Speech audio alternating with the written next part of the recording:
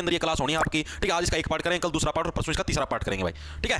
एक बार मैं टेलीग्राम पे लिंक शेयर कर दूं, शायद टेलीग्राम पे लिंक शेयर नहीं हुआ, ये क्लास भी शुरू। दिल्ली पुलिस के अंदर भी काम आएगी भाई, दोनों सभी एग्जामों,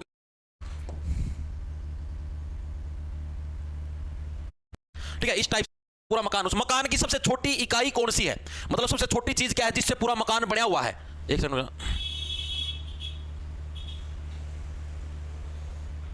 ठीक है। यानी कि वह छोटी से छोटी चीज जिससे क्या है, मतलब जिसके और टुकड़े नहीं हो सकते। जैसे आपका मकान बना हुआ है, अब मकान के अंदर ये ईंट है, अब इस ईंट के और फर्दर टुकड़े नहीं हो सकते भाई। आपको एक एग्जांपल में समझाने लग रहा हूं। उसी टाइप से क्या है, जो हमारी ह्यूमन बॉडी है या कोई भी और जीव जंतु है, उसका शरीर भी क्या छोटी छोटी छोटी छोटी छोटी छोटी चीजों से बना हुआ है। उस चीज का नाम क्या है, सेल। और उसके और आगे फर्दर टुकड़े नहीं हो सकते। उस सेल के क्या है, और आगे टुकड़े नहीं हो सकते। अब जैसे पेन है, ये पेन है, मैं अभी इसके दो टुकड़े कर दूं, बीच में इसको दो फाड़ी कर दूं, ठीक है। फिर आगे इसके और टुकड़े कर दूं, टुकड़े, मतलब एक पॉइंट ऐसा आएगा जिसके ऊपर क्या इसके और आगे टुकड़े होने बंद हो जाएंगे। उसी सबसे छोटे पॉइंट को किस नाम से जानते हैं, सेल के नाम से जानते हैं। इसी तरह से हमारा घर है, मान लो घर की दीवार है, तो घर की दीवार की सबसे छोटी चीज क्या है, हमारी ये जो ईंट है, ये क्या हमारे घर की दीवार की सबसे छोटी चीज, और इसी को हम लोगों ने किस नाम से, सेल के नाम से बोला है भाई, ठीक है। इतनी चीजें हुई क्लियर या नहीं, मेरे को ये चीज बताओ। अब थोड़ी सी हम लोग सेल की डेफिनेशन पढ़ेंगे। सेल है क्या चीज भाई, ठीक है। सेल क्या है, सेल इज द स्ट्रक्चरल, ये डेफिनेशन पूछ ले जाती है भाई, स्ट्रक्चरल फंक्शनल, इसका मतलब अभी हिंदी के अंदर भी समझाऊंगा, टेंशन ना लो। अभी एक बार इंग्लिश में लिखो, हिंदी के लिए भी समझाऊंगा, ठीक है। Structural functional and biological unit of all living organisms. भाई जितने भी हमारे जीवित जीव जंतु हैं, लिविंग ऑर्गेनिजम्स का मतलब क्या है, जितने भी जीवित जीव जंतु हैं उनकी बायोलॉजिकल यूनिट का मतलब सबसे छोटी से छोटी उनकी जीवन जीने की जो यूनिट है, इकाई है, ठीक है, जो कि क्या है, उनके पूरे शरीर के स्ट्रक्चर को संभालती है, पूरे शरीर के फंक्शन को संभालती है। उसी को हम लोग किस नाम से, सेल यानी कि कोशिका के नाम से जानते हैं। तो कोशिका किसको बोला गया है, जो हमारे शरीर की क्या है, जितने भी जीव जंतु हैं उनके शरीर की सबसे छोटी इकाई, जो कि क्या है, पूरे उनके शरीर के स्ट्रक्चर को, पूरे शरीर के फंक्शनों को और पूरे जो उनका बायो मतलब कि सारा जो लिविंग वाला सिस्टम है उसको संभालती है। उसी को हम लोगों ने किस नाम से बोला गया है, उसी को हमने कोशिका के नाम से बोला। इतनी चीजें दिमाग के अंदर घुसी या नहीं घुसी, ये चीज बताओ, ठीक है। एक सेकंड रुक जाओ भाई, कई लोगों का कहना है अड़ू रवा है, ये नहीं पढ़ाई कर लें फालतू की बकवासबाजी, शरीर को संभालेगा। अब बात हम लोग करेंगे सेल की खोज के बारे में भाई। सेल की जो खोज है यानी कि डिस्कवरी है, वो किसके द्वारा की गई, ये एग्जामिनर बहुत बार पूछता है। तो भाई एक रॉबर्ट हुक नाम का साइंटिस्ट था भाई, कौन था हमारा, रॉबर्ट हुक नाम का एक साइंटिस्ट था, जिसके द्वारा क्या है, सेल की सबसे पहले नंबर पर क्या है, खोज की गई। और इसने कैसी सेल की खोज करी थी, इसने भाई मृत सेल की खोज करी थी, यानी डेड सेल। इसने जीवित सेल नहीं खोजी थी, मरी हुई सेल थी, डेड सेल थी भाई। डेड सेल किसने खोज की थी भाई, कौन से साल के अंदर खोज की थी, साल पूछ ले तो कौन सी, 1665 के अंदर भाई। कब की थी भाई, 1665 के अंदर क्या इसने मृत सेल की खोज करी थी, जिसका क्या नाम था, कोर्क।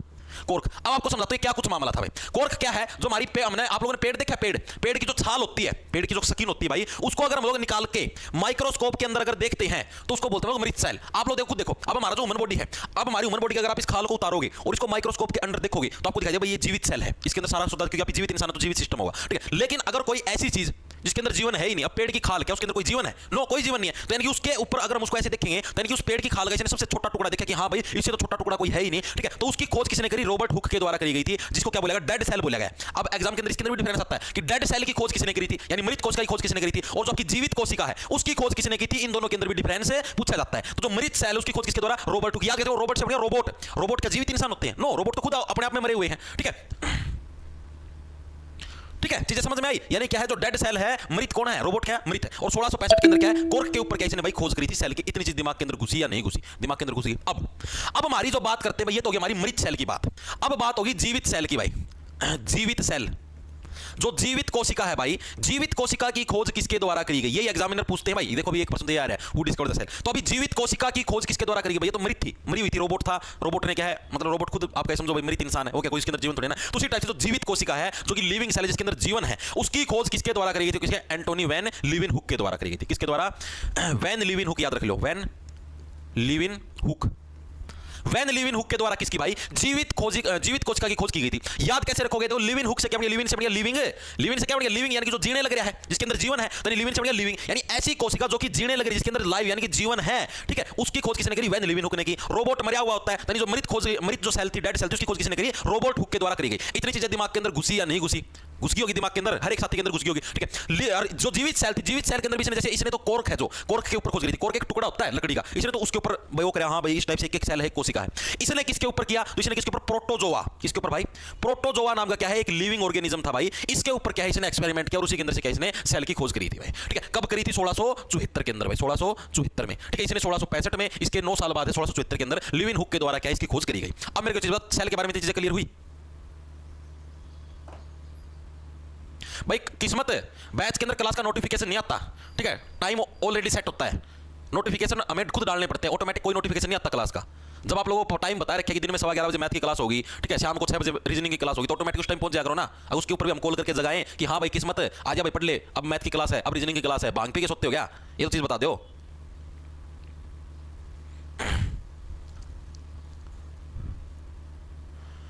ठीक है, इतनी चीजें क्लियर हुई।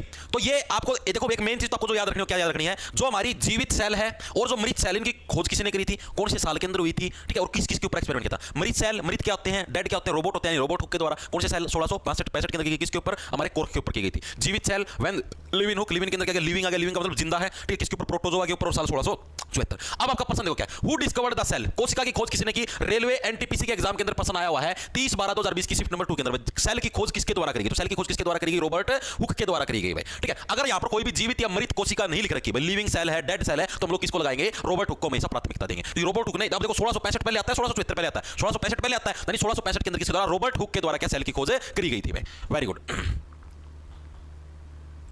वेरी गुड भाई, गुड आफ्टरनून भाई, गुड आफ्टरनून,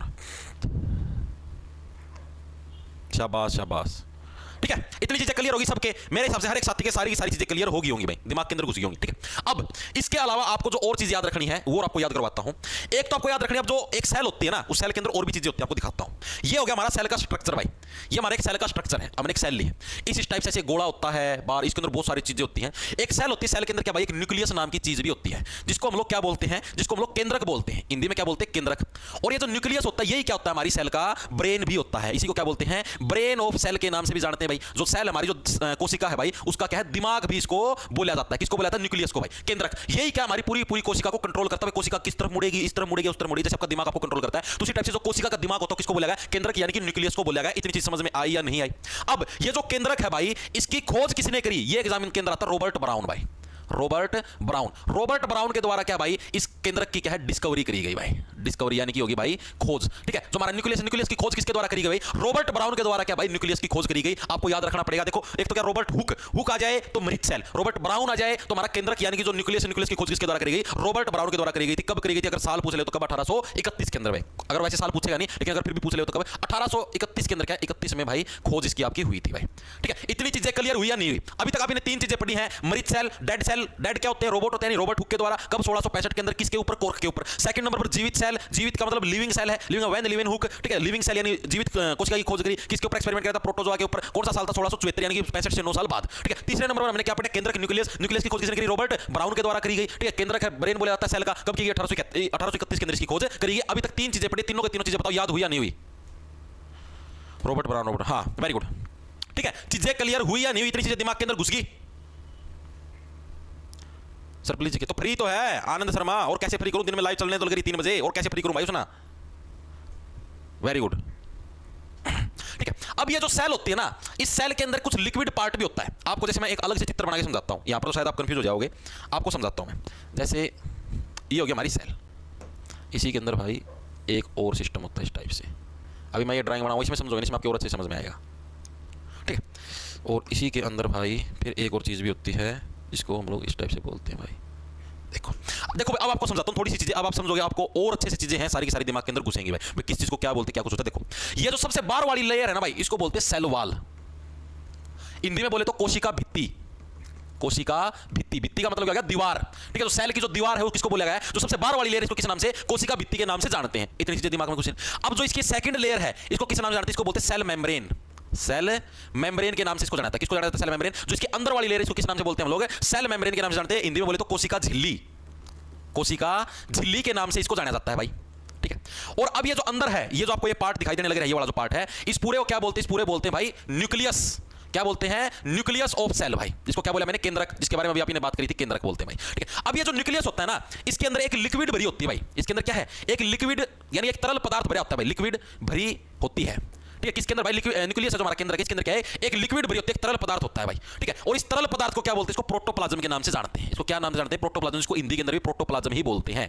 ठीक है, जहां पर हिंदी के अंदर कुछ अलग नाम है, मैंने नाम बताए हैं आपको, लेकिन जहां पर हिंदी के अंदर प्रोटोप्लाज्म बोलते हैं, उसको प्रोटोप्लाज्म ही बोलेंगे। तो इसको हिंदी के अंदर किस नाम से जानते हैं? प्रोटोप्लाज्म के नाम से जाना जाता है। ठीक है, कौन सा? ये जो तरल पदार्थ है, जो न्यूक्लियस के अंदर, केंद्रक के अंदर जो तरल पदार्थ है, उसको किस नाम से जाना जाता है? प्रोटोप्लाज्म। ठीक है, वो न्यूक्लियस अलग चीज है जो आप बोलने लग रहे हो। साइटोप्लाज्म अलग है भाई, वो अलग है। आपको साइटोप्लाज्म होता है जो हमारा न्यूक्लियस हो गया, और जो सेल मेम्ब्रेन इसके बीच में यहां पर जो तरल पदार्थ होता है, उसको साइटोप्लाज्म बोलते हैं। ठीक है, वेरी गुड। ठीक है, या फिर आप इसको कई बार ऐसे भी लिखा था, प्रोटोप्लाज्म बोलते किसको है? सेल के अंदर जो लिक्विड पार्ट होता है, सेल के अंदर, कोशिका के अंदर जो तरल पदार्थ होता है, तरल पदार्थ होता है, उसी को हम लोग किस नाम से जानते हैं? उसी को हम लोग प्रोटोप्लाज्म के नाम से जानते हैं। इतनी चीजें क्लियर हुई या नहीं, मेरे को ये चीज बताओ। सर आईफोन के लिए लिंक सेंड कर दो भाई। कर रखा अनुज, अपना जो वो मिलेगा ना आपको, टेलीग्राम चैनल है, उसके अंदर डाल रखा भाई मैंने। Very good, very good. नहीं, यूट्यूब पे लाइव नहीं होती मैथ की क्लास, बैच के अंदर ही लगती है दिन में 11:15 बजे। ठीक है, वेरी गुड भाई। अब ये जो प्रोटोप्लाज्म है, इसकी खोज किसने करी थी? तो इसकी खोज करी थी भाई जे.ई. पुरकिंजे। किसके द्वारा? जे.ई. पुरकिंजे के द्वारा क्या आपकी प्रोटोप्लाज्म की खोज करी थी। याद कैसे रखोगे? याद ऐसे रखो, पैसे प्रोटोप्लाज्म, पैसे पुरकिंजे। ठीक है, तो प्रोटोप्लाज्म की खोज किसके द्वारा करी गई? जे.ई. पुरकिंजे के द्वारा क्या आपके प्रोटोप्लाज्म की खोज करी। प्रोटोप्लाज्म का पता लगा क्या है? सेल के अंदर जो तरल पदार्थ होता है, उसको हम लोग क्या बोलते हैं? प्रोटोप्लाज्म के नाम से जानते हैं। के अंदर घुसी या नहीं घुसी, मेरे को ये चीज बताओ। घुस गई। अब इससे रिलेटेड जो आपका एग्जाम के अंदर प्रश्न आता है, वो देख लो भाई। ये आपका रेलवे एनटीपीसी के अंदर प्रश्न आपका आया हुआ है, देख लो भाई। रेलवे एनटीपीसी 3 मार्च 2021 की शिफ्ट नंबर 1 के अंदर आया है। Who coined the term protoplasm? Protoplasm शब्द किसने गढ़ा? प्रोटोप्लाज्म शब्द किसके द्वारा दिया गया? अब ये बताता है, पैसे प्रोटोप्लाज्म, पीछे प्रोटोप्लाज्म, पैसे ही पुरकिंजे। ऑप्शन नंबर आपका बी है करेक्ट। तो जे.ई. पुरकिंजे के द्वारा क्या है आपका प्रोटोप्लाज्म शब्द दिया गया था भाई। नहीं, पीडीएफ का अपलोड कर दें, पीडीएफ बैच के अंदर जाती है भाई। मैं आपको बता देता हूं फिर से भाई, जो नए साथी जुड़े हैं, जो भी साथी ये क्लास रिकॉर्डेड फॉर्म के अंदर देखना चाहता है, या ये पीडीएफ सी या इसी क्लास के आपको हैंड रिटन नोट्स जिनका प्रिंट निकलवा के पढ़ सकते हो, तो अपना ऐप है भाई जॉब्स टारगेट के नाम से, आपको प्ले स्टोर पर मिल जाएगा, उसको डाउनलोड कर लेना। उधर कोर्स के सेक्शन के अंदर जाओगे तो आपको आरआरबी ग्रुप डी का बैच मिलेगा भाई, जिसके ऊपर स्पेशल ऑफर आया हुआ है। ठीक है, इस ऑफर के तहत अगर आप अप्रैल कोड यूज करोगे, कैपिटल अक्षर के अंदर अप्रैल, तो आपको ये बैच मात्र 500 रुपए के अंदर मिल जाएगा, मात्र 500 रुपए के अंदर। ठीक है, बैच की खासियत आपको हैंड रिटन नोट्स मिलेंगे, साइंस के भी, जीके के भी। ठीक है, इसके अलावा आपको मॉक, ठीक है, लाइव क्लास लग रहे हम तो, जैसे मान लो उन सभी को the cell theory given by Schleiden and Schwann is not applicable to which of the following organism. Schleiden और स्वान द्वारा दिया गया कोशिका सिद्धांत निम्नलिखित में से किस जीव पर लागू नहीं होता। आरआरबी ग्रुप डी 22 अगस्त 2022 की शिफ्ट नंबर 2 के अंदर आया है। अब ये क्या मामला आपको समझाता हूं, एक बार इसका साइज थोड़ा छोटा कर लेते हैं भाई। अभी तक आपने पढ़ा भाई सेल के बारे में भाई, सेल की डिस्कवरी किसने करी, जीवित सेल की डिस्कवरी किसने करी, मृत सेल की डिस्कवरी किसने करी, और आपका जैसे भाई ये जो प्रोटोप्लाज्म इसकी डिस्कवरी किसने करी, न्यूक्लियस की डिस्कवरी। अभी तक आपने एक तरीके से डिस्कवरियां ही पढ़ी हैं। अब हम लोग सेल की थोड़ी सी थ्योरी के बारे में पढ़े, क्या कुछ मामला, क्या कुछ चीजें। सेल की थ्योरी, सेल थ्योरी, थ्योरी का मतलब समझते हो? मतलब सेल के बारे में मोटा मोटा किसने बताया था कि हाँ भाई सेल इस टाइप से होती है, सेल गोरी है, मोटी है। जैसे मैंने आपको जैसे अभी साइंस की थ्योरी करवाने लग रहा हूं, ये एमसीक्यू है, इधर ये थ्योरी करवाने, उसी टाइप से सेल की एक तरीके से परिभाषा दी गई थी भाई। ठीक है, तो वो जो सेल की जो परिभाषा है वो मेनली किसके द्वारा दी गई, क्या हो गया है, वो जो सेल की परिभाषा मेनली किसके द्वारा, दो व्यक्तियों द्वारा दी गई थी, जिनका क्या नाम है, एक का नाम तो ये रहा सैलेडन, किसके द्वारा दी गई थी, एक का नाम तो सैलेडन, सैलेडन प्लस दूसरे का नाम क्या, स्वान। इन दोनों ने मिलकर, दोनों साइंटिस्ट थे भाई, इन दोनों के द्वारा क्या सेल की जो परिभाषा, सेल की जो थ्योरी है वो आपकी दी गई थी भाई। ठीक है, इन्होंने क्या थ्योरी दी भाई, वो जो मेन जो पॉइंट है वो क्या है, इनकी जो इन्होंने जो पॉइंट बताए सेल के बारे में, वो पॉइंट आपको याद रखना इंपॉर्टेंट है, वही आपके एग्जाम के अंदर पूछे जाते हैं। पहला पॉइंट इन्होंने क्या बताया, जितने भी जीव जंतु हैं भाई, जो भी लिविंग ऑर्गेनिज्म, जैसे इंसान है, पशु हैं, कीड़े मकोड़े हैं, कुछ भी लगा लो, या फिर कोई भी पादप है, पादप का मतलब जो भी पेड़ वगैरह है, ठीक है, इनके अंदर क्या है, ये सारे सारे हमारे कोशिकाओं से बने होते हैं। इसी का पहला पॉइंट क्या था, सभी जीव जंतु प्लस पादप, पादप लिख दिया, पादप, जितने भी जीव जंतु है, लिविंग ऑर्गेनिज्म है, जैसे हम हैं, इंसान है, ठीक है, या कोई भी और जीव जंतु, पशु है, कोई और कुछ भी लगा लो, वो सारे, और जितने पेड़ पौधे, ये सारे के सारे किससे बने होते हैं, कोशिकाओं से बने होते हैं। पादप किससे बने होते हैं, कोशिकाओं, कोशिका यानी कि सेल से, कोशिका यानी कि सेल से बने होते हैं भाई, सेल से बने होते हैं। पहली थ्योरी का पॉइंट तो इनका ये था भाई, एग्जाम के अंदर जैसे प्रश्न आ रहा है ना, इसीलिए करवाने लग रहे हैं ये। ठीक है, इनकी पहली थ्योरी का पॉइंट क्या था कि जितने भी जीव जंतु हैं, चाहे लिविंग ऑर्गेनिज्म जैसे इंसान है या और भी है, और उसके अलावा पेड़ पौधे, वो सारे सारे किससे बने होते हैं भाई, कोशिका से बने होते हैं। इनका पहला पॉइंट था भाई। ठीक है, चीजें दिमाग के अंदर घुसी नहीं घुसी, क्या हुआ, अच्छा, अरे भाई तुम एक कमेंट बार बार क्यों करते हो, वाईफाई बंद कर दिया सर, किसने वाईफाई बंद कर दिया, वेरी गुड। देखो दूसरा पॉइंट इनका थ्योरी का क्या था कि जो हमारा जीवन है, जो हमारे जीवन जो हम जीने लगे इसकी मूल इकाई, इसकी जो बेसिक यूनिट है वो क्या है? सेल है। Cell is the basic unit of living organism. आपको पता ही है भाई, हमारी ह्यूमन बॉडी किससे छोटी-छोटी सेल से तो बने हैं, ठीक है? तो यानी क्या है? जीवन की मूल इकाई, जीवन की मूल इकाई बोल लो या बेसिक यूनिट बोल, यानी जो सबसे छोटा जो बेस है, जो आधार हमारे जीवन का बेसिक यूनिट है, मूल इकाई, वो क्या है? जीवन की बेसिक यूनिट क्या है? हमारी बेसिक यूनिट सेल होती है। सेल यानी कि कोशिका क्या है? हमारे जीवन की मूल इकाई यानी कि बेसिक यूनिट होती है भाई। ये दूसरा पॉइंट भी क्या है? इन्हीं के द्वारा दिया गया, जो कोशिका की थ्योरी दी थी उसके अंदर इन्होंने ये पॉइंट आपका दिया। चीजें समझ में आई या नहीं आई? ठीक है। फिर इसने क्या चीज बताई? इसने एक चीज बताई कि ये चीज तो सभी जीव जंतु पादप और कोशिका से बने होते हैं। जितने भी जीव जंतु और पादप यानी पेड़ पौधे सारे कोशिका से बने होते हैं, लेकिन निर्जीव वस्तुएं क्या है? कोशिका से नहीं बनी। इसका मतलब तो यही हुआ।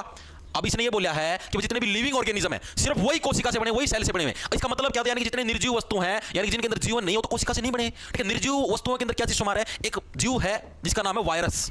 वायरस, वायरस के अंदर भाई कोई जीवन नहीं होता।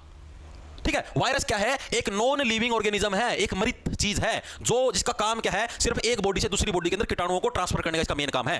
जैसे आपने बस नहीं देखी, बस का क्या काम है भाई? जैसे मान लो इस बस स्टैंड से लेकर दूसरे बस स्टैंड तक सवारियों को लेकर जाना, उसी टाइप से वायरस का क्या काम है? इस बॉडी से दूसरी बॉडी तक भाई सारे के सारे जितने भी मतलब कीटाणु हैं उनको लेके जाना। ठीक है। इसके अंदर कोई जीवन नहीं होता, बिल्कुल भाई। वायरस ना लिविंग ना नॉन लिविंग कुछ भी नहीं है भाई। तो इसीलिए क्या इसके ऊपर ये थ्योरी लागू नहीं होती। और यही प्रश्न आपसे एग्जाम के अंदर पूछा गया था रेलवे ग्रुप डी के अंदर। ये रहा देखो, रेलवे ग्रुप डी के अंदर 22 अगस्त 2022 शिफ्ट नंबर 2 के अंदर कि सेल थ्योरी जो दी थी किसके द्वारा? सेलेडन और किसके द्वारा? सवान के द्वारा। Is not applicable to which of the following organism? कौन से जीव जंतु के ऊपर ये थ्योरी आपकी लागू नहीं होती? सभी साथी कमेंट करके आंसर देंगे। कौन से जीव जंतु के ऊपर ये थ्योरी लागू नहीं होती? बताओ भाई। फंगस, एनिमल, वायरस या एल्गी? किसके ऊपर लागू नहीं होती? अभी बता किसके ऊपर? वायरस के ऊपर क्या है? ये जो हमारी सवान के द्वारा और सेलेडन के द्वारा जो थ्योरी दी गई थी ये हमारी लागू नहीं होती। चीजें समझ में आई या नहीं आई? ठीक है। अब एक साइंटिस्ट और था जिसका क्या नाम था? रडोल्फ विच्चो। क्या नाम था? इधर लिख दूं, रडोल्फ विच्चो। रडोल्फ विच्चो, ये इस साइंटिस्ट का नाम था। इसने भी एक सिद्धांत दिया था भाई, जो कि आपको याद रखना है, एग्जामिनर क्या पता पूछ ले। इसका प्रिंसिपल जैसे मैंने बताया, इन दो साइंटिस्ट जो सेलेडन और सवान, इन्होंने ये सिद्धांत दिए थे। तो इसके द्वारा क्या सिद्धांत दिया गया? इसने ये सिद्धांत दिया कि जितने भी जीव जंतु हैं या फिर जितनी भी कोशिकाएं हैं, वो जो पहले जो कोशिकाएं हैं ना, जैसे मान लो आज मेरे पास मान लो ये कोशिका है, ठीक है, इससे मान लो एक और नई चीज बनेगी, यानी कि जितनी भी नई कोशिकाएं वो पहले से जो कोशिकाएं हैं उन्हीं से उत्पन्न होती हैं। इसने ये प्रिंसिपल दिया। क्या प्रिंसिपल दिया? जैसे मान लो यार, अब जैसे मान लो आप इंसान, हाँ इंसान बच्चों को जन्म देते हैं, यानी मान लो इंसान एक कोशिका है, ठीक है। तो अब एक नई कोशिका बच्चे के रूप में बनी है, एक नया बच्चा उत्पन्न हुआ धरती के ऊपर आया, तो एक नई कोशिका है, यानी एक नई कोशिका किससे उत्पन्न हुई है? पुरानी वाली जो कोशिका है उसी से उत्पन्न हुई है। यानी क्या है आपकी बात? यानी रडोल्फ विच्चो ने क्या सिद्धांत दिया कि जितनी भी नई कोशिकाएं बनती हैं, जितनी भी नई कोशिका बनती है, नई कोशिका बनती हैं वो पहले से उत्पन्न कोशिकाओं से बनती हैं। जो पहले से जो धरती के ऊपर कोशिकाएं हैं, कोशिकाओं से बनती हैं। चीजें समझ में आई? क्या दे रखा है इसने भाई? जो भी नई कोशिका बनती है धरती के ऊपर वो किससे बनती है? जो कि पहले से ही धरती के ऊपर कोई कोशिका विद्यमान है, कोई सेल विद्यमान है, उसी के अंदर से नई कोशिका बनती है, कोई ऑटोमेटिक नहीं बन के आती। ठीक है। तो ये सिद्धांत किसके द्वारा दिया गया भाई? ये सिद्धांत दिया गया रडोल्फ विच्चो के द्वारा। ये आपको साइंटिस्ट का नाम याद रखना है।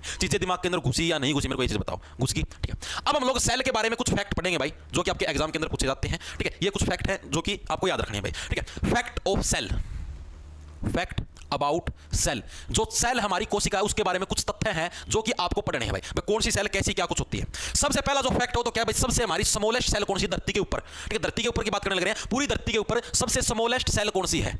Smallest cell on earth. जो धरती हमारी, धरती की सबसे छोटी कोशिका कौन सी है भाई? ठीक है। सबसे छोटी कोशिका हमारी धरती की वो कौन सी? क्या किसी साथी को पता है भाई? किसी भाई ना बेरा किस चीज का कि भाई धरती के ऊपर जो सबसे छोटी कोशिका होती है वो कौन सी होती है? हमारी वाली कोशिका है जी, बोल दो। छोटी है जी, बेचारी बड़ी होती ही नहीं, तेलों का ही प्रयोग कर लिया, क्या करें हैं? Very good. देखो भाई, तो सबसे छोटी कोशिका कौन सी है धरती की? आपको बताता हूं। एक तो है हमारी जो रेड ब्लड सेल्स होती हैं, जो हमारी रेड ब्लड सेल्स होती है ना, लाल रक्त कणिकाएं होती हैं। ठीक है। रेड ब्लड सेल्स जो हमारे खून के अंदर होती हैं, इनका साइज भी सबसे छोटी कोशिकाओं के अंदर आता है भाई। सेकंड नंबर पर आता है भाई एक बैक्टीरिया है।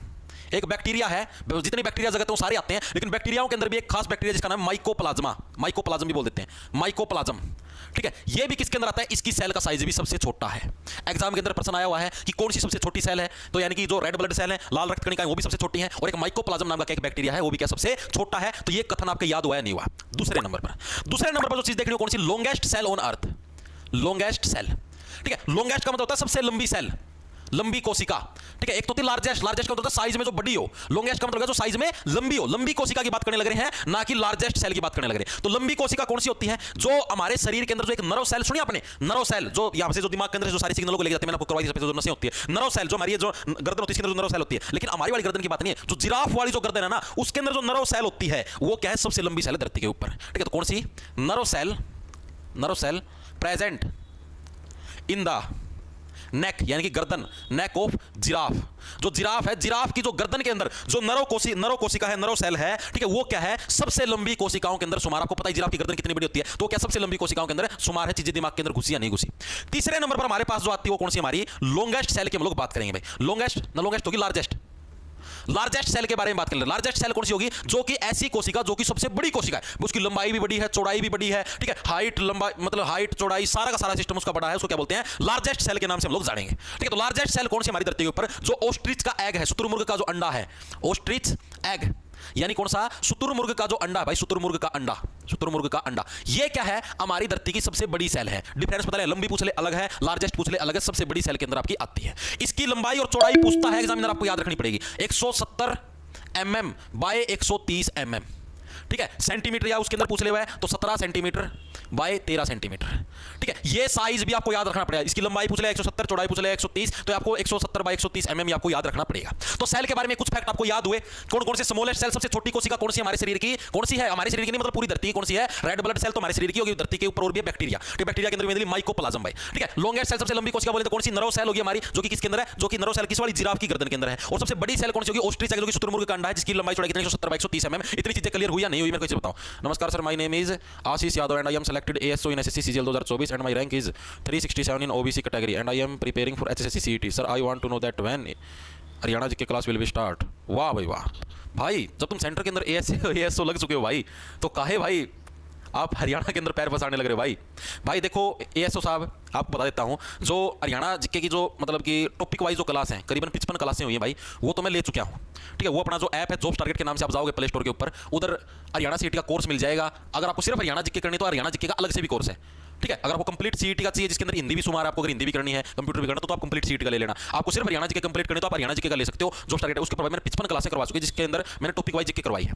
अब जो बचा हुआ है वो सिस्टम है भाई हमारा डिस्ट्रिक्ट वाइज परीक्षा है भाई, ठीक है, जो डिस्ट्रिक्ट वाइज यानी जिलेवार परीक्षा है हमारा, ठीक है, वो करवाना बाकी है। 22 जिलों का जिलेवार परीक्षा करवाना है और प्रीवियस ईयर के कुछ पर्सनल प्रैक्टिस सेट के रूप में वो करवाने हैं। वो मैं स्टार्ट करना चाहता हूं जैसे ही CET का नोटिफिकेशन आएगा। उम्मीद है 21 तारीख के बाद आपका नोटिफिकेशन कभी भी जारी हो सकता है, तो इसलिए भाई मैं थोड़ा वेट करने लग रहा हूं कि जैसे ही नोटिफिकेशन आता है उसके बाद भाई मैं डिस्ट्रिक्ट वाइज परीक्षा स्टार्ट कर दूं भाई आशीष। ठीक है भाई, चमत्कार हो रहा है भाई। ASO लगे हुए हैं भाई, CGL लगे, हरियाणा CET की तैयारी करने लगे हैं भाई। हरियाणा वालों खूब खाओ भाई, कुछ सोचो कैसे होगा सिलेक्शन। तो ये इतनी चीजें याद होगी, आगे चलूं क्या, इतनी चीजें दिमाग के अंदर घुस गई भाई। वेरी गुड भाई। अब देखो ये तो थे फैक्ट अबाउट सेल, जो कि हमारी धरती के ऊपर विद्यमान है उन सेलों के बारे में। अब हम लोग फैक्ट पढ़ेंगे किसके बारे में, fact about human cell. Fact about human cell, जो मानव जो कोशिका है उसके कुछ फैक्ट पढ़ेंगे भाई। अब हम मानव कोशिका जो ह्यूमन बॉडी है उसके अंदर सबसे बड़ी कोशिका कौन सी है, सबसे छोटी कोशिका कौन सी है, ठीक है, लॉन्गेस्ट सबसे लंबी कोशिका कौन सी है, उसके बारे में अब हम लोग पढ़ेंगे भाई। तो सबसे जो लॉन्गेस्ट सेल है, सबसे जो लंबी कोशिका है मानव बॉडी के अंदर, वो कौन सी, लॉन्गेस्ट सेल, सबसे लंबी कोशिका है भाई, वो कौन सी है ह्यूमन बॉडी के अंदर भाई, इसके बारे में बताओ। तो सबसे लंबी कोशिका कौन सी भाई ह्यूमन बॉडी के अंदर, कौन सी, जैसे जो न्यूरॉन सेल नहीं बताई मैंने, अगर संसार की बात करें तो जिराफ वाली जो न्यूरॉन सेल है यहां पर होती है, उसकी वो आती है उसके अंदर। लेकिन अगर ह्यूमन बॉडी की बात करें तो ह्यूमन बॉडी के अंदर भी जो न्यूरॉन सेल होती है वो इसके अंदर शुमार है भाई, NEURON न्यूरॉन सेल। जो न्यूरॉन सेल है वो क्या है, लार्जेस्ट सेल है ह्यूमन बॉडी की। ठीक है, सेकंड नंबर पर आते हैं हमारे पास लॉन्गेस्ट सेल भाई, ना ये तो लॉन्गेस्ट होगी, लार्जेस्ट सेल भाई। लार्जेस्ट का मतलब जो सबसे बड़ी कोशिका, लॉन्गेस्ट का मतलब जिसकी लंबाई सबसे ज्यादा है, लार्जेस्ट का मतलब जो साइज के अंदर सबसे बड़ी है। तो साइज के अंदर सबसे बड़ी कौन सी है, ह्यूमन ओवम। ह्यूमन ओवम, ये ओवम क्या होता है, ओवम होता है अंडाशय। अंडाशय, ये अंडाशय क्या आपको समझाता हूं। जो महिलाएं होती है ना, महिलाएं भाई, उनके पेट के अंदर भाई हर महीने क्या है, एक अंडा रिलीज होता है। जैसे आपने देखा मुर्गी अंडा देती है, नाम सुना आपने, और भी पशु पक्षी अंडे देते हैं, तो उसी टाइप से महिला भी अंडा देती है, लेकिन वो पेट के अंदर ही रहता है। प्रोसेस क्या होती है, जैसे महिलाओं के अंदर आपको पता है पीरियड्स आते हैं। जैसे मान लो कि आज होगी 5 तारीख, एक एग्जांपल के रूप में मानने लग रहा हूं, 5 तारीख, और पीरियड्स चलते हैं लगभग सभी महिलाओं के 5 दिन तक के भाई। 5 से यानी कि मान लो 10 तारीख तक चलेंगे महिलाओं के पीरियड्स। देखो इसके अंदर कोई शर्माने की झगड़ने की बात नहीं, जो साइंस के अंदर है तो करना पड़ेगा। ठीक है, 5 से 10 तारीख तक चले मान लो महिलाओं के पीरियड्स। फिर इसके 5 दिन बाद अप्रोक्सीमेट समझो 15 तारीख के आसपास क्या है, एग रिलीज होता है। एग रिलीज यानी कि अंडा रिलीज होता है। और इस टाइम अगर एक मेल यानी कि नर और मादा अगर इंटरकोर्स करते हैं तो उसके अंदर क्या होता है, जो नर होता है नर के अंदर से स्पर्म निकल के आता है, शुक्राणु बोलते हैं जिसको। ठीक है, स्पर्म, और ये स्पर्म क्या है आपका, ये जो अंडा है इस अंडे के साथ मिक्सअप हो जाता है और तब जाके क्या बच्चा बनता है। चीजें समझ में आई, यानी कि अगर जब तक ये अंडा रिलीज नहीं होगा तब तक चाहे आप कितनी बार इंटरकोर्स कर लो, कितनी बार स्पर्म छोड़ लो, ठीक है, आपके बच्चा नहीं होगा। बच्चा कब होता है, जब ये आपका एग रिलीज होता है तब। ठीक है, चीजें समझ में आई। तो ये जो ह्यूमन बॉडी है, आपके मनुष्य हैं, मनुष्यों के अंदर जो आपका एग रिलीज होता है, ह्यूमन ओवम बोलते हैं जिसको, इसको ये अंडा से, ये क्या ह्यूमन बॉडी की सबसे बड़ी सेल है जिसकी लंबाई चौड़ाई बहुत ज्यादा बड़ी है। ठीक है, अब हम लोग बात करते हैं ह्यूमन बॉडी की सबसे स्मॉलेस्ट सेल कौन सी है भाई? सबसे छोटी इंद्री तुम्हारी कौन सी है? एक ही है जी, हमारे शुक्राणु बहुत छोटे हैं। तो जो स्पर्म है भाई, जो नर के होते हैं, नर के अंदर होते हैं, सिर्फ नर के अंदर जो स्पर्म है यानी कि जो शुक्राणु है, शुक्राणु बोलते हैं जिनको भाई, ये क्या होते हैं? सबसे छोटे होते हैं भाई। ठीक है, साइज के अंदर, आकार के अंदर क्या है? सबसे छोटे कौन से होते हैं? शुक्राणु होते हैं। साइज के अंदर सबसे बड़ा कौन होता है? अंडाशय होता है, जो कि महिला के अंदर मिलता है। शुक्राणु पुरुष के अंदर मिलता है, जिसका साइज सबसे छोटा होता है। तो तुझे पता लगे ह्यूमन बॉडी की सबसे लंबी सेल नरों सेल होगी। ठीक है, सबसे बड़ी सेल हमारी जो महिलाओं के अंदर जो अंडा होता है वो हो गया। सबसे छोटी सेल नरों के शुक्राणु हो गए, जो स्पर्म हो गए, वो क्या होते हैं? सबसे छोटे होते हैं भाई। क्या हुआ? साइंस है या तो साइंस है, और क्या है ये? सर जी हिंदी में बताया करो। तो हिंदी में तो बताने लग रहा हूं भाई। सबसे लंबी कोशिका न्यूरॉन कोशिका, न्यूरॉन को हिंदी में न्यूरॉन ही बोलते हैं। सबसे बड़ी कोशिका हमारी ह्यूमन ओवम, अंडा से नाम लिख तो रखा है भाई। सबसे छोटी स्पर्म शुक्राणु, और कैसे बताऊं हिंदी के अंदर मेरे भाई? ये तो बता दे। इतनी चीजें क्लियर है क्या? हाँ, संडे को लाइव टेस्ट होगा भाई। आपको पहले बता देता हूं भाई, जितने भी साथी जुड़े हुए हैं, हर संडे को आप अपना जो ऐप है भाई, अपना ऐप है जॉब्स टारगेट के नाम से, आपको प्ले स्टोर पर मिल जाएगा। उधर लाइव टेस्ट का सेक्शन मिलेगा आपको। ठीक है, उस लाइव टेस्ट के सेक्शन के अंदर भाई आपका लाइव टेस्ट होगा संडे को। ठीक है, दिन में 12 बजे। रेलवे ग्रुप डी का अलग होगा, दिल्ली पुलिस कांस्टेबल का अलग होगा, या फिर एक ही कॉमन टेस्ट ले लेंगे, उसी के अंदर आप लोग टेस्ट दे देना। ठीक है, दिल्ली पुलिस वाले बच्चे भी उसी के अंदर दे देना, रेलवे पुलिस वाले, रेलवे आरपीएफ वाले भी उसी, ये क्या बोलते हैं, रेलवे ग्रुप डी वाले भी उसी के अंदर दे देना। ठीक है, एक कॉमन टेस्ट ले लेंगे 12 बजे आपका। ठीक है, जो भी आपने इस वीक के अंदर पढ़े, जैसे रेस्पिरेटरी सिस्टम, न्यूट्रिशन वगैरह वगैरह भी जैसे सेल पढ़ने लग रहे हैं, साइंस के टॉपिक दूंगा टेस्ट के अंदर। ठीक है, और फ्री होगा, वो कोई भी साथी दे सकता है, किसी ने ऐप कोर्स ले रखे हो ना ले रखे हो, सभी साथी दे सकते हैं उसको। ठीक है, इसके अलावा जैसे मान लो हमारा मतलब जो भी मैथ है, मैथ के अंदर बैच के अंदर जो टॉपिक चलने लगा, टॉपिक में आपको बता दिया है। जैसे रेशो वाला टॉपिक चलने लगा, उस टॉपिक का कंप्लीट टेस्ट ले लेंगे। रीजनिंग के अंदर क्लोक वाला चलने लगा, क्लोक का टेस्ट ले लेंगे। ठीक है, जीके के अंदर आपको पता स्टैटिक जीके के फोक डांस हो चुके हैं, क्लासिकल डांस हो चुके हैं, घराने हो चुके हैं, इन सभी का टेस्ट ले लेंगे। ठीक है, तो ये टेस्ट होगा एक तरीके से आपका संडे को। ठीक है भाई, जो कि फ्री होगा, ताकि आप लोगों की प्रैक्टिस हो जाएगी भाई। आपको खुद को अंदर से ये फील होगा कि हाँ भाई इस वीक के अंदर मैंने ये चीजें पढ़ी थी, मेरी उनकी तैयारी हुई है या नहीं हुई। आपको अपना जायजा पता लग जाएगा, ये फायदा उसका बस। ठीक है, आगे चले, इतनी चीजें क्लियर हुई या नहीं हुई, मेरे को ये चीज बताओ। दिमाग के अंदर चीजें घुस गई होंगी। अब देखो, अब क्या चीज पढ़नी है अपने को? नहीं, अब तो आगे और थ्योरी पढ़नी पड़ेगी अभी। ठीक है, एमसीक्यू आगे आएंगे।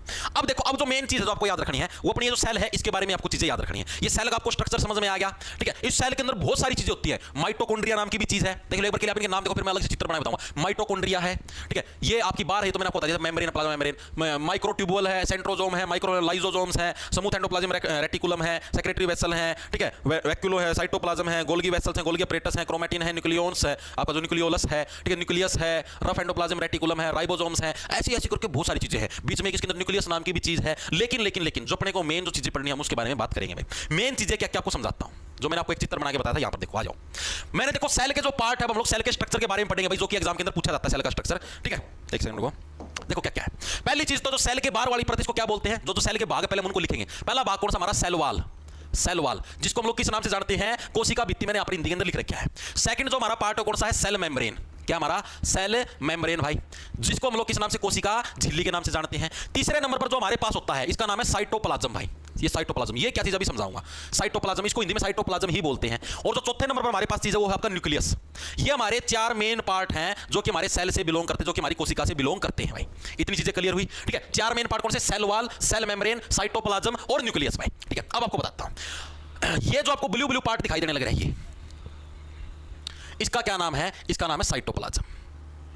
साइटोप्लाज्म, तो ये साइटोप्लाज्म क्या चीज, अभी आपको सारी चीजें समझाता हूं। साइटोप्लाज्म क्या है? जो आपका एक लिक्विड पार्ट है, किसके बीच में? जो आपका न्यूक्लियस है, ये हमारा न्यूक्लियस है, और ये हमारी क्या थी? हमारी सेल मेम्ब्रेन। यानी सेल मेम्ब्रेन और न्यूक्लियस के बीच में जो एक लिक्विड पार्ट भरा हुआ होता है, उसी का क्या नाम है? उसी का नाम है साइटोप्लाज्म। तो साइटोप्लाज्म किसको बोलते हैं? इधर नीचे लिख दूं, सेल मेम्ब्रेन यानी कि कोशिका झिल्ली, सेल मेम्ब्रेन और केंद्रक यानी कि जो न्यूक्लियस है के बीच जो तरल पदार्थ होता है, जो तरल पदार्थ भरा होता है भाई, भरा होता है, उसी को हम लोग क्या बोलते हैं? उसी को हम लोग साइटोप्लाज्म के नाम से जानते हैं। इतनी चीजें क्लियर हुई। साइटोप्लाज्म किसको बोलेंगे? जो हमारा न्यूक्लियस है, केंद्रक है, और जो हमारी सेल मेम्ब्रेन है। ठीक है, इसके बीच में जो तरल पदार्थ भरा हुआ है, इसको हम लोग किस नाम से भाई?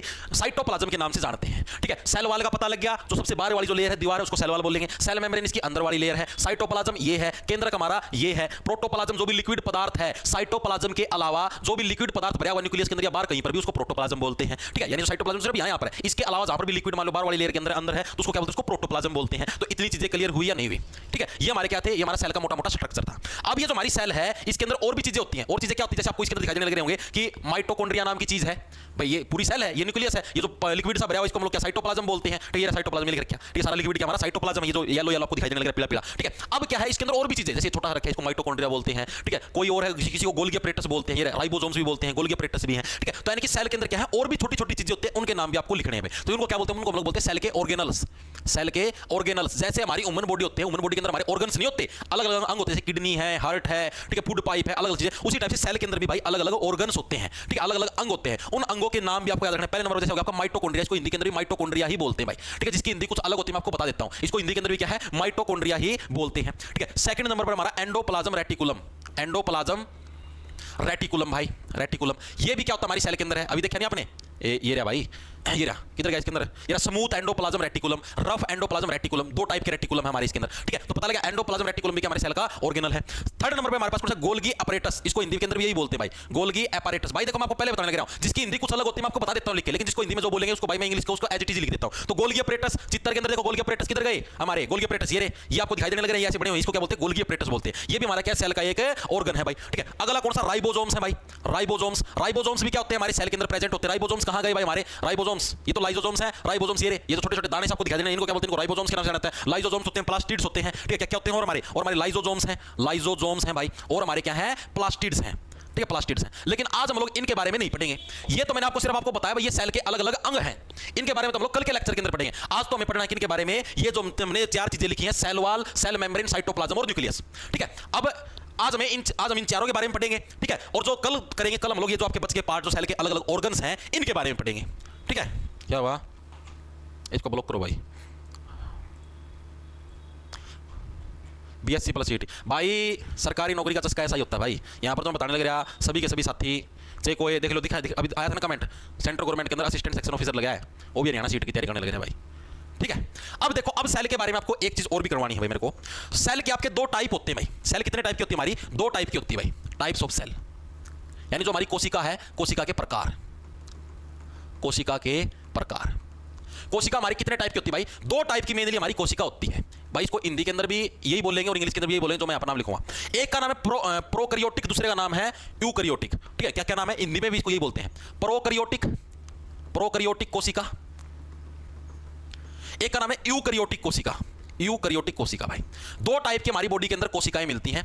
ठीक है, हमारी बॉडी का मतलब कि धरती के ऊपर कोशिका मिलती है दो टाइप की, एक का नाम है प्रोकैरियोटिक, एक का नाम कौन सा हमारा यूकैरियोटिक है भाई। प्रोकैरियोटिक सेल है, इसके अंदर क्या चीज है, ये सिर्फ हमारे जो बैक्टीरिया होते हैं उनके अंदर देखने को मिलती है, ओनली प्रेजेंट इन बैक्टीरिया। जितने भी बैक्टीरिया होते हैं भाई सिर्फ उनके अंदर प्रेजेंट होती है कौन सी, हमारी प्रोकैरियोटिक सेल भाई। ठीक है, और जो यूकैरियोटिक सेल है किसके अंदर भाई, ये एनिमल हो गए, प्लांट हो गए, फंगस होगी, प्रोटोजोआ हो गया, एल्गी हो गया, जो भी होता है उन सभी के अंदर। ये किसके अंदर मिलती है हमें, एनिमल्स, यानी जितने भी जीव जंतु, एनिमल्स, पौधे, प्लांट, ठीक है, फंगस, फंगस, ठीक है, एनिमल हो गए, पौधे हो गए, फंगस हो गए, हमारे जो भी जैसे मतलब क्या कहते हैं, प्रोटोजोआ हो गया, एल्गी होगी, इन सभी के अंदर देखने को मिलते हैं। किसके अंदर, और प्रोटोजोआ, एल्गी, इन सभी के अंदर क्या हमको यूकैरियोटिक कोशिका देखने को मिलती है। ठीक है, अभी जो हम लोग पढ़ने वाली चीजें हैं वो किसके बारे में, हम लोग प्रोकैरियोटिक कोशिका के बारे में पढ़ेंगे। बस आज सिर्फ प्रोकैरियोटिक कोशिका तक पढ़ेंगे, उसके बाद मैं तुम्हारी छुट्टी कर दूंगा। ठीक है, इसके बारे में थोड़ा सा टाइम लगेगा आपको पढ़ने के अंदर, क्योंकि इसी के ऊपर बेस सारे के सारे प्रश्न जितने भी एमसीक्यू हैं सारे इसी के ऊपर आपके बेस है। ठीक है, आपके लिए भाई मैं देखो स्पेशल एक सेल का स्ट्रक्चर बना लेता हूं, एक सेकंड रुको।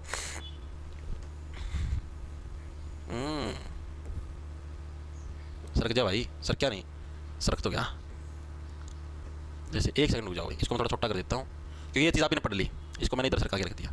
ठीक है, अब हम लोग देखो आपके लिए एक सेल का स्ट्रक्चर बनाता हूं मैं स्पेशल। ठीक है, जैसे भाई ये एक बॉक्स हो गया, इस बॉक्स के अंदर भाई मैंने एक और बॉक्स बना दिया।